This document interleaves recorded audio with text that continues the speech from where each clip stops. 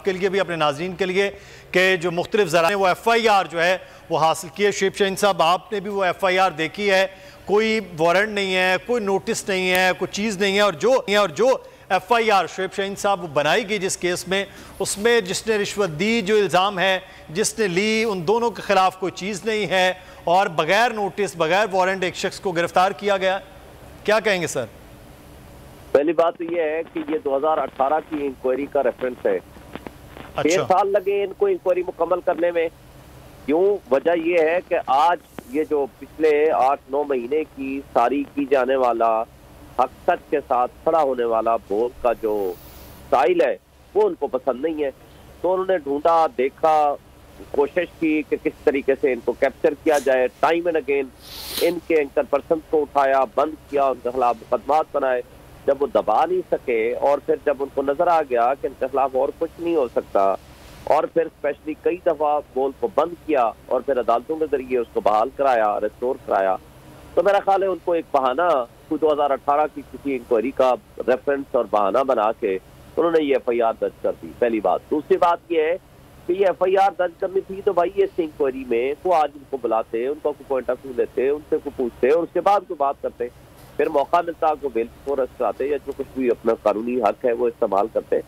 پھر دیکھیں کہاں admission on part of Parvez Qadir Memon ہو یا شعیب شیخ ہو کہ اس نے شعیب شیخ سے پیسے لیے. شعیب شیخ کا کہیں نام ہے شعیب شیخ, جی شعیب شیخ بینیفیشری ہو سکتا ہے, اس کے اندر لکھ دیا.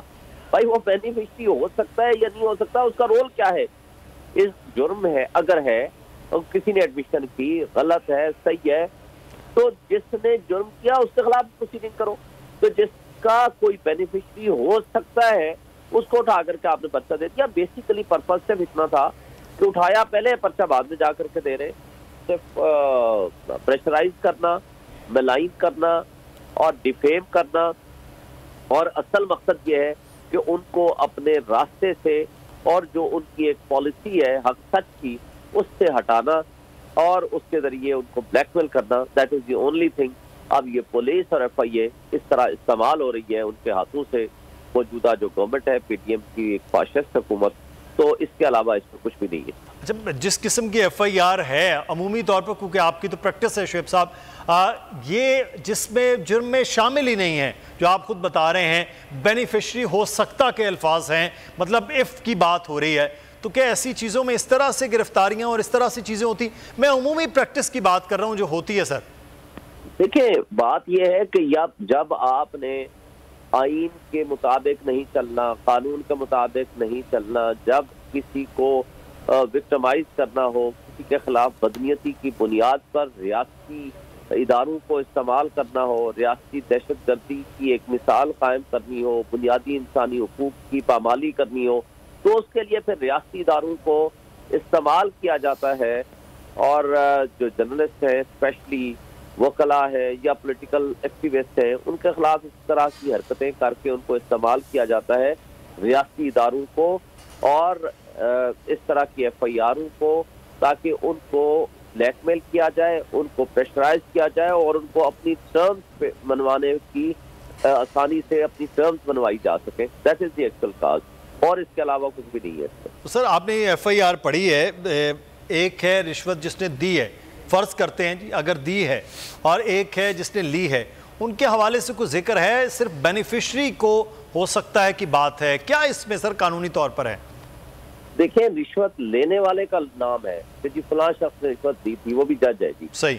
بھائی رشوت نہیں, کس سے لی, رشوت نہیں, اس کا ایفیکٹ کون تھا, اس کو دینے والا کون تھا, اس کی کیا انکوائری ہے اور کیا ایویڈنس آئی ہے. بھائی سمپل بات ہے, شعیب شیخ کے خلاف کیا وہ ایویڈنس آئی ہے جو آپ نے 6 سال انکوائری کی, اس کا نتیجہ کیا برآمد ہوا, اس کا تو کچھ بھی نہیں پتا.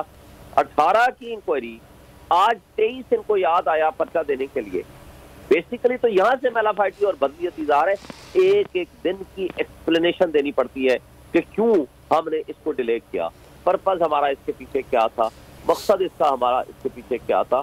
یہ ساری باتیں آن دی فیس آف اٹ نظر آ رہی ہیں کہ یہ صرف بدنیتی پہ مبنی یہ پروسیڈنگز ہیں اور اس پہ کسی قسم کی کوئی انلیگلٹی نظر نہیں آتی اس حد تک جو شعیب شیخ کے خلاف جاتی ہو یا کرمنلٹی ان کے خلاف جاتی ہو.